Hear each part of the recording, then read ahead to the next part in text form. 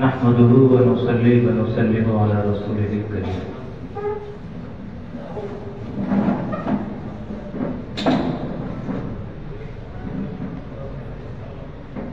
منبر نور پر تشریف فرما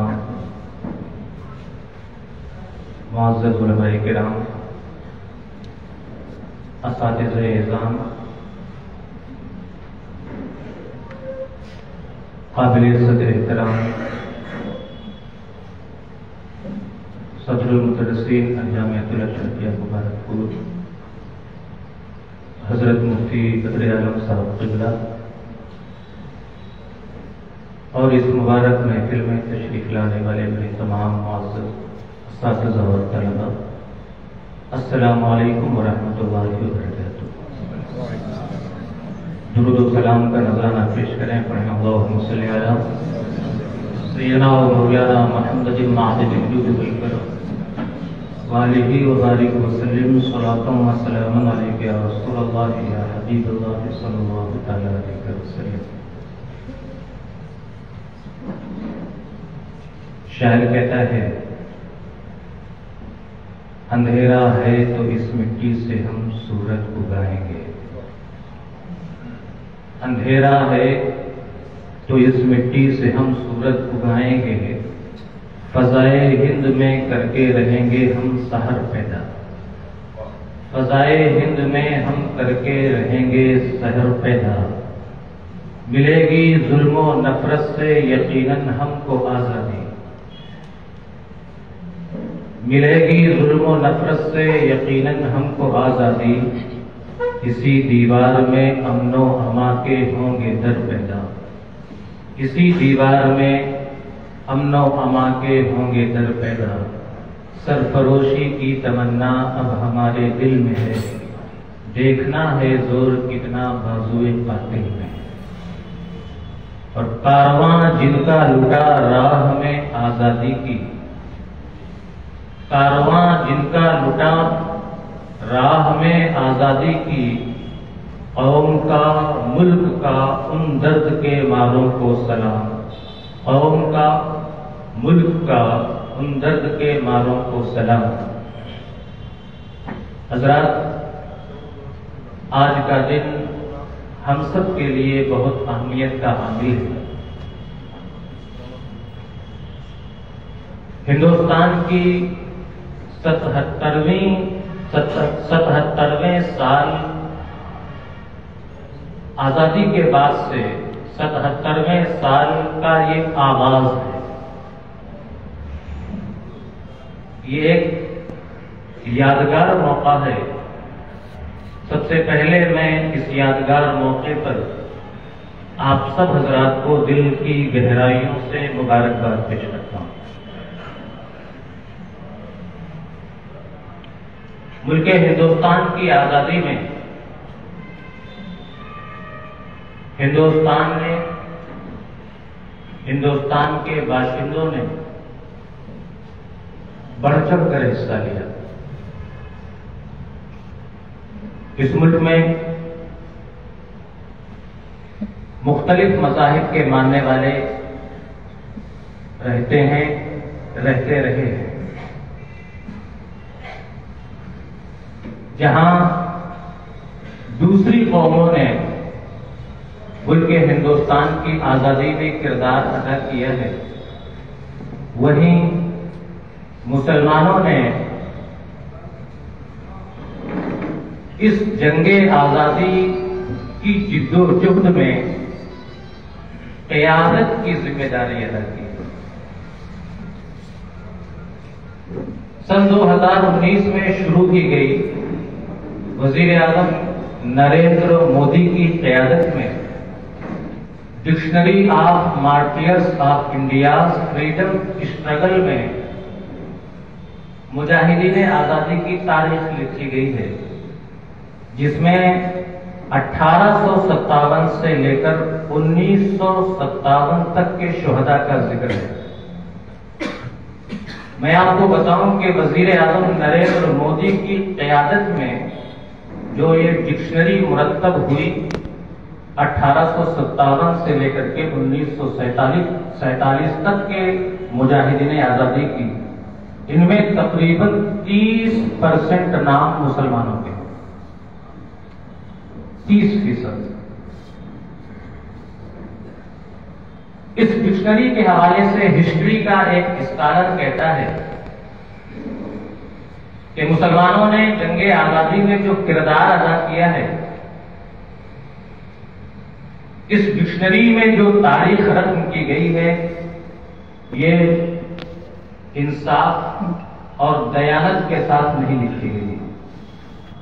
سچی بات یہ ہے کہ بہت سارے مجاہدین آزادی کا نام تو ہٹا ہی دیا گیا ہے، بلکہ 1857 سے ذکر کیا گیا ہے، اور 1857 سے بہت پہلے سے آزادی کی تحریک شروع ہو گئی۔ سچ تو یہ ہے کہ ملک ہندوستان کی آزادی میں مجاہدین آزادی کی قیادت کرنے والے مسلمان تھے۔ اس کی وجہ یہ تھی کہ انگریزوں سے پہلے ہندوستان میں مسلمانوں کی حکومت تھی، وہ حاکم تھے، ان سے ان کی حکومت چھین لی گئی، وہ حاکم سے محکوم بن گئے۔ اس لیے حاکمیت جانے کا سب سے زیادہ درد، سب سے زیادہ تکلیف مسلمانوں کی تھی۔ اس لیے انگریزوں کے خلاف سب سے پہلے اٹھ کھڑے ہونے والے لوگ مسلمان تھے۔ انگریزوں کے خلاف جو سب سے پہلی باقاعدہ منظم جنگ لڑی گئی ہے، وہ نواب سراج الدولہ کے نانا علی وردی خان کی قیادت میں لڑی گئی۔ اس زمانے میں کلکتہ میں انگریزوں کے 2 مرکز تھے، ایک مرکز کا نام ہے ڈائمنڈ ہاربر اور دوسرے کا فورٹ ولیم۔ علی وردی خان نے فورٹ ولیم پر حملہ کیا اور انگریزوں کو پسپائی کا سامنا کرنا پڑا۔ انہوں نے ڈائمنڈ ہاربر میں جا کر کے پناہ لی اور پھر پوری طاقت و قوت کے ساتھ علی وردی خان کے خلاف انگریزوں نے لڑائی لی، جس کے نتیجے میں نواب سراج الدولہ اپنے دارالسلطنت مرشد آباد میں سن 1757 میں شہید کر دیے۔ انگریزوں کے خلاف سب سے پہلی منظم جنگ نواب سراج الدولہ اور ان کے نام ہے۔ انگریزوں نے پلاسی کی جنگ اور بہت مشہور ہے تاریخ میں، انگریزوں نے سن 1757 میں پلاسی کی جنگ لڑی تھی اور سن 1764 میں بکسر کی جنگ لڑی تھی۔ کن سے؟ نوابوں سے، بادشاہوں سے، اور ان کو شکست دینے کے قیادت میں شروع کی، وہ صوفیوں کی قیادت میں شروع کی۔ تاریخ بتاتی ہے کہ نواب سراج الدولہ کے بعد جنگ آزادی کی یہ تحریک ختم نہیں ہوئی، بلکہ ہندوستانیوں نے مسلمان علماء اور صوفیوں کی قیادت میں انگریزوں کے خلاف جنگ لڑی، اور یہ جو علماء اور صوفیوں کی قیادت میں جو جنگ لڑی گئی تھی، یہ پہلی قومی مزاحمت تھی۔ اس کے قائد کانپور کے رہنے والے مشہور صوفی حضرت مجنون شاہ تھے۔ ان کی قیادت میں 2000 صوفیوں کا اور سنیاسیوں کا لشکر تھا، اور یہ انگریزوں کے خزانوں پر حملہ کرتے تھے اور وہاں سے غلے اور پیسے لوٹ کر کے غریب عوام پر تقسیم کیا کرتے تھے، اور اس کا سلسلہ 1786 تک چلتا رہا، یہاں تک کہ 1786 میں مجنون شاہ کا انتقال ہوا۔ ابھی بھی جنگ آزادی کی یہ تحریک آگے بڑھ رہی ہے۔ آپ جانتے ہیں کہ ٹیپو سلطان اور ان کے والد حیدر علی کے ذکر کیے بغیر آزادی کی یہ تاریخ، یہ داستان ادھوری ہے۔